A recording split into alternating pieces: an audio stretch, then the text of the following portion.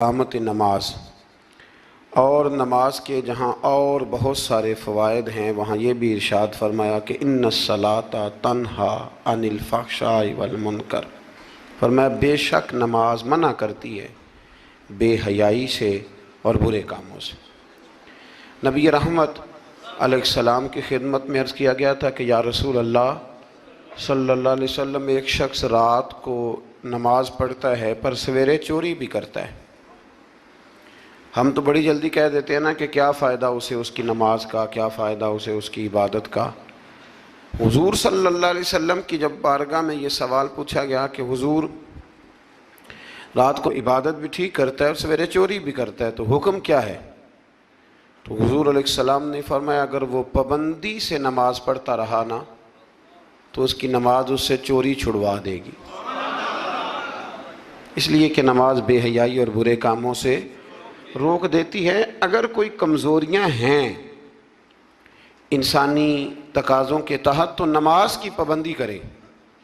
اگر آپ نماز کے پابند ہو گئے نا، کچھ وقت لگے گا تو پھر وہ بھی ساری کمزوریاں اللہ دور فرما دے گا۔ شرط یہ ہے کہ اس کو پابندی کے ساتھ پڑھتے رہیں۔ کچھ دوست کہتے ہیں نماز میں دل نہیں لگتا، تو میں نے کہا نہ بھی لگے تو پھر بھی پڑھے۔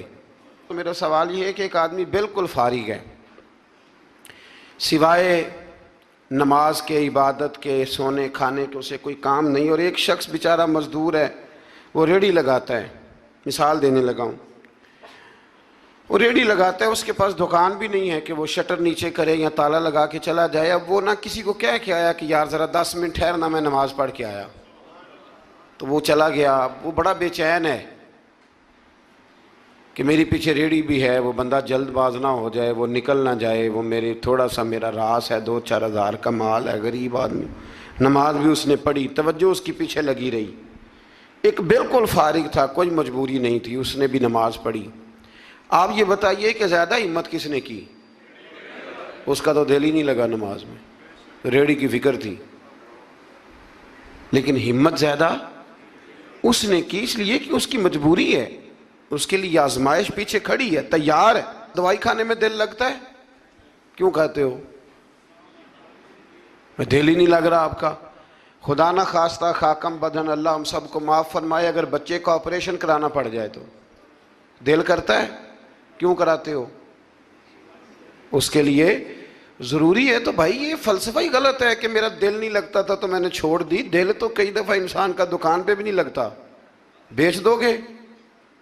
نہیں دل کرتا کام پہ جانے کو تو ریزائن کر دو گے؟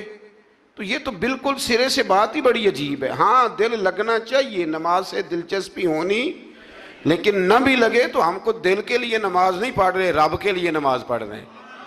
ہاں یہ بات سمجھ لیں، نماز دل کے لیے نہیں، نماز وہ دیکھیں نا، ایک صاحب کہتے ہیں جی میں 5 نمازیں پڑھتا ہوں تو روزی میں برکت پھر نہیں ہوتی۔ تو میں کہتا ہوں وہ عبادت کرتے ہو کہ تجارت کرتے ہو؟ پیسے کمانے گئے تھے؟ پیسے کمانے گئے تھے کہ نماز پڑھنے گئے تھے؟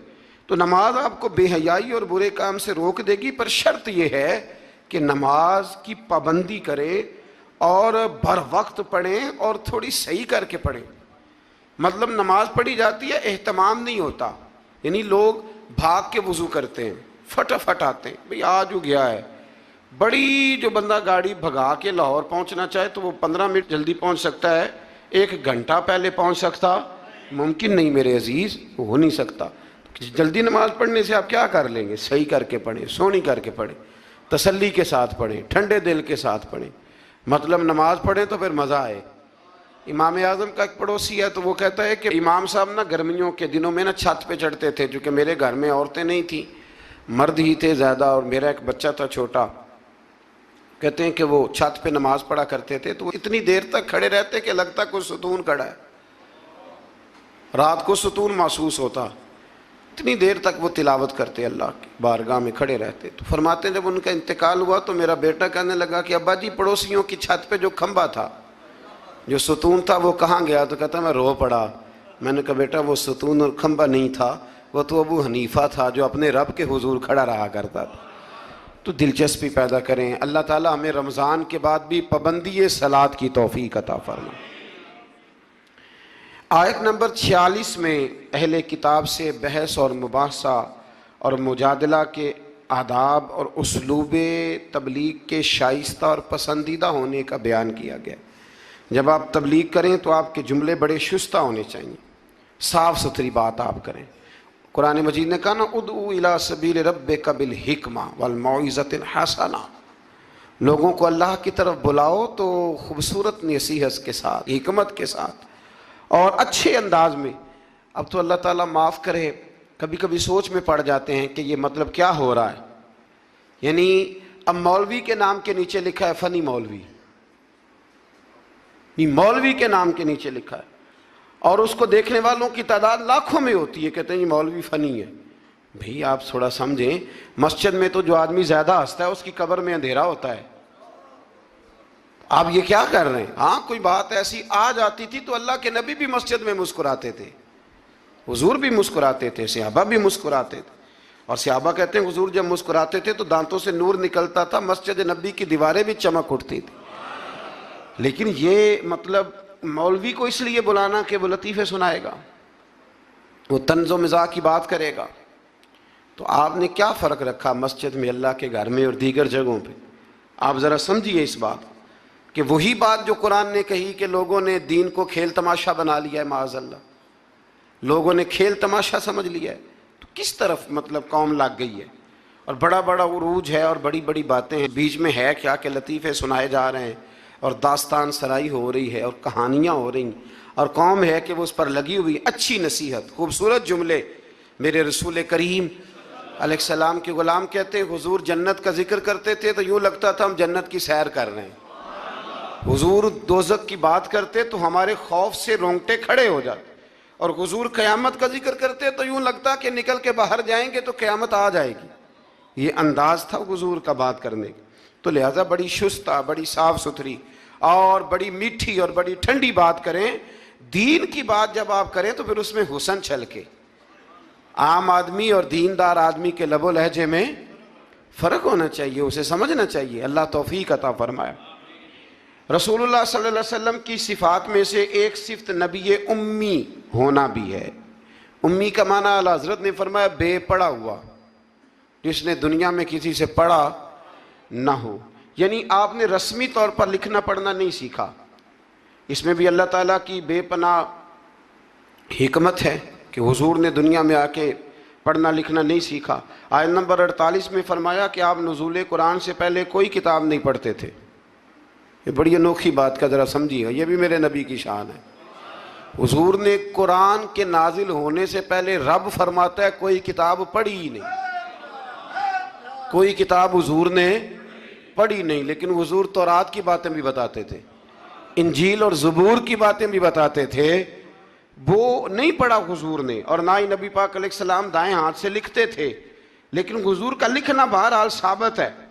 بعد میں نبی پاک کا بطور معجزہ لکھنا ثابت ہے، احادیث مبارکہ سے ثابت ہے، لیکن حضور علیہ السلام نے نہ کوئی کتاب پڑھی، نہ دنیا میں حضور کسی کے شاگرد ہوئے۔ الرحمن علم القرآن، رحمان فرماتا ہے میں نے خود انہیں قرآن سکھایا ہے۔ حضور نے اپنے رب سے سیکھا، ڈائریکٹ اللہ کے شاگرد ہیں میرے نبی کریم۔ اور یا اللہ کیا سکھایا اور کیا سیکھا؟ تو فرمایا وَعَلَّمَكَ مَا لَمْ تَكُنْ تَعْلَمْ، محبوب جو نہیں جانتے تھے رب نے سارا ہی سکھا دیا ہے۔ لوگ پوچھتے ہیں آپ کے استاد کا نام کیا ہے؟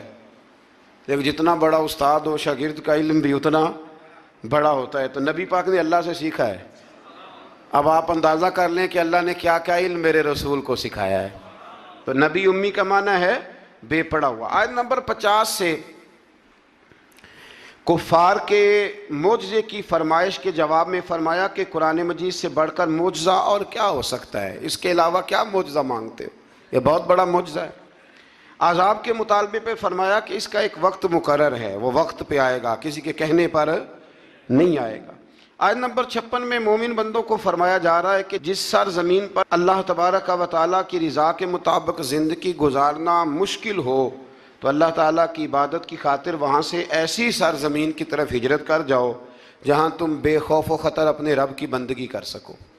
ہجرت کرنے کا حکم دے دیا اگر کہیں کھل کے عبادت کرنے کا موقع میسر نہ ہو۔ میرا خیال ہے کہ دنیا میں شاید ہی کوئی ایسا خطہ ہو جہاں کھل کر عبادت کرنے کا موقع میسر، میں نے برطانیہ میں ایک مدینہ مسجد دیکھی، بہت بڑی وسیع مسجد.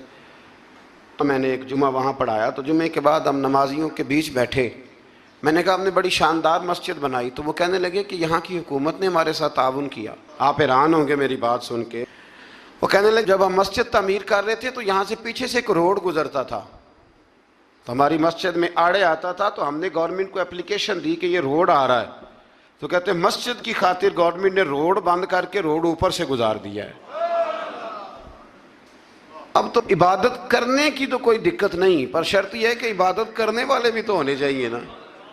عبادت کرنے کی کوئی پریشانی اور نہ بھی ہو. اللہ کے محبوب کے لیے اللہ نے ساری زمین کو مسجد بنا دیا ہے. حضور فرماتے ہیں میرے قدموں کی برکت سے ساری زمین مسجد بن گئی. جہاں سجدہ کرو گے رب قبول کر لے گا، پر شرط یہ ہے کہ بندہ سجدہ کرے. فرمایا اور کتنے ہی جانور ہیں جو اپنا رزق اٹھائے نہیں پھرتے، ان کو اللہ رزق دیتا ہے. اور تم کو بھی، یعنی انسان کتنی ہی منصوبہ بندی کیوں نہ کرے، اسباب کا اختیار کرنا بجا ہے، لیکن رازق حقیقی طور پر صرف اللہ تعالیٰ ہی ہے. جانوروں کو کبھی دیکھیں آپ نے کہ انہوں نے گٹھڑیاں باندھ کے اپنا رزق باندھا ہو؟ تو اللہ فرماتے ہیں جن کا کوئی سبب نہیں، جب میں انہیں دیتا ہوں تو تمہیں کیوں نہیں دوں گا. رزق دینے والا اللہ ہے. پھر آگے جا کے آیت نمبر 64 میں فرمایا کہ دنیاوی زندگی کے کھیل اور تماشا ہونے اور اخروی زندگی میں اصل زندگی ہی تمہارے لیے وہ ہے جو آخرت کی زندگی ہے. دنیاوی زندگی تو صرف کھیل اور تماشا ہے، کھیل ہے. مطلب جب کوئی دنیا سے چلا جاتا ہے تو پھر لوگ کیا کہتے ہیں، کوئی کیا کر سکتا ہے کچھ. یہ تو ایک کھیل اور تماشا سا ہے. مطلب میں نے بچے پالے تو پھر بعد میں میرے بچوں نے بچے پالنے شروع کر دیے، پھر ان کے بچوں نے بچے اور بہت بڑا لفظ ہے جناب یہ ہمارے پاس، بچوں کے لیے کر رہا ہوں جی. اور ابا جی کی عمر 85 سال ہو جاتی ہے تو بچے کہتے ہیں ابا ایک دکان ہی دے دے. کہتے تو ہنوں نہیں دینی، اون جی تہاڈے لیے کمایا ساری عمر. تو میں کہتا ہوں یہ جو بچوں کا بہانہ ہے نا، یہ بہانہ ہے. بینک بیلنس اپنے نام کا، مکان اپنے نام، گاڑی، اور روز کہتا کیا ہے، اور بھائی میں یہ کہہ رہا ہوں کہ یہ بہانہ ہے. بچوں کے لیے ہے بالکل ٹھیک ہے، لیکن بچوں کے کام تو آئے گا نا ہمارے جانے کے بعد. آج تو مالک اور وارث ہم ہی ہیں نا، اس لیے تھوڑا نکلیں اس کھیل تماشے سے، اس آخرت کی بھی فکر کریں. امام زین العابدین گھر میں نماز پڑھ رہے تھے تو آگ لگ گئی. لوگ بجھاتے رہے، امام صاحب نماز پڑھتے رہے. نماز کے بعد لوگوں نے کہا حضور ہم آگ بجھا رہے تھے، آپ نے توجہ ہی نہیں کی. فرمایا تم دنیا کی بجھا رہے تھے، میں قیامت کی بجھا رہا تھا، میں دوزخ کی آگ بجھا رہا تھا. ادھر بھی تھوڑی توجہ کریں. اللہ توفیق عطا فرمائے.